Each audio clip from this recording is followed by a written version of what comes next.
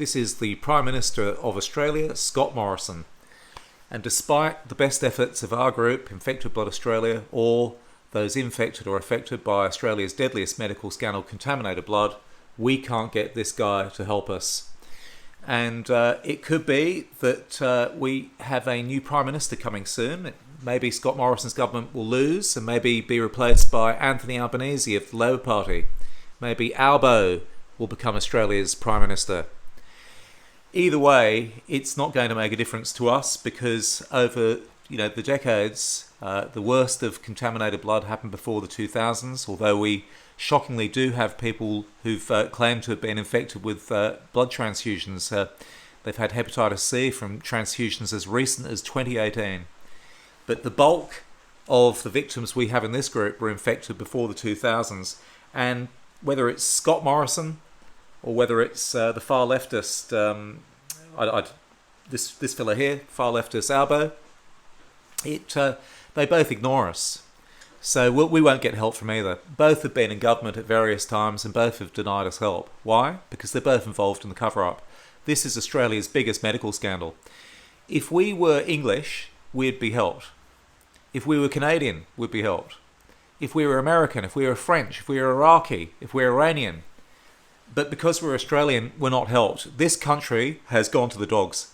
Okay? It really has. It's screwed.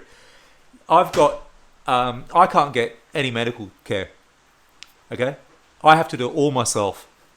And I'm typical of this group, but I'm actually healthier than a lot of people in this group. Give an example. If I was a contaminated blood victim in the UK, I'd have free dental, and so would everyone in this group. But because I'm a contaminated blood victim in Australia, I have to pay for my own dental. And it's a problem because when you've got tainted blood, your teeth disintegrate, okay? And we've had members of our group that can't afford to see a dentist in Australia, so they fly to Thailand. And these are people who've got HIV and hepatitis C as a result of blood transfusion, and they've now got to fly overseas to get, fix up the damage that's been caused by these viruses. I've got a broken molar, back molar, broken half, disintegrated. I get parts of my body that just... And so what I did, just for a laugh, I can't eat or drink on this tooth, and I haven't really been eating for 2 days. It's hell. And I like to drink tea. Can't drink tea. Okay, it can barely get water down. So I thought, well, I better ring up the New South Wales, health service, who've discriminated against me over this last 2 years and made sure that it took me a year and a half to get an MRI scan for my neurological problems because I wasn't experimentally jabbed. Okay, because they have their protocols, and the protocols must come before the patient, even if those protocols don't work. So I rang them up at New South Wales Health and said, listen, I've got basically got 2 busted teeth, but this one in particular is absolutely killing me. I can't drink, I can't sleep properly. What will you do for me? And they said, well, look, we're very busy at the moment, so the opportunity for an appointment is months away. So I thought, oh, okay, well, I won't be able to eat for a few months. So they said, what we could do is we could actually send you a voucher. I went, oh, really? And they said, yeah, we can send you a voucher and you can take that to a list of private dentists who would accept the poor man's voucher that we're going to give you. They didn't say poor man's, but that's what was in my head. So I said, okay, great. And I said, tell me, and how will this voucher be delivered? Here was me thinking maybe seeing as everything today is QR codes and, they ask us to QR code everywhere we go and all of this sort of stuff. And they want to know everything about us and they want to get involved in our lives, in our phones, in our social media accounts and everything that we do. I was thinking that maybe it might be delivered digitally, but no. It is going to be delivered through the snail mail, the postal service.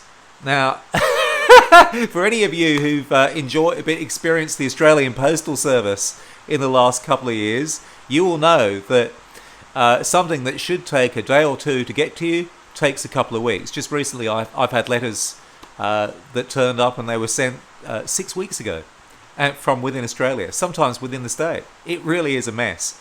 So they said they're going to send it by the post, and they said that they expect with the processing it should be with me within 14 days. So I've got to wait 14 days for a broken tooth that's stopping me from sleeping, stopping me from drinking tea. It's agony, and I can't eat properly with it. I'll go wait 14 days. That's not going to be realistic, right? So the thing is what's going to happen is I'm going to go to volunteers in my group, friends. I haven't got any family, so I've got no support network at all. My support network, quite literally, is the friends and supporters in this group. If I die, I die. That's basically my attitude. I won't do anything to expedite that, but I'm pretty over it. I've been in this situation for decades. We get treated like absolute garbage. There is no healthcare system that works here. This is malfeasance. Most tainted blood victims have to do everything for themselves. I treat my pain with cannabis myself. It's ridiculous. The painkillers that they offer me for the pain that I have suicide as a risk. I've survived contaminated blood. I've survived being the boy in the plastic bubble. I had the same disease as the boy in the plastic bubble, severe aplastic anemia. Okay, then they gave me tainted blood. All right, and I've survived all of this, and actually I've survived through my own means. Okay, because this health service is broken. And what I'm going to do before I die is we've got our lawyers. Now we're just securing the barristers. We are going to sue the Australian government, and in particular ask questions of this Prime Minister, or if he's replaced by this far leftist UN type of character, Anthony Albanese. We'll be asking tough questions of him, because contaminated blood is Australia's deadliest medical scandal.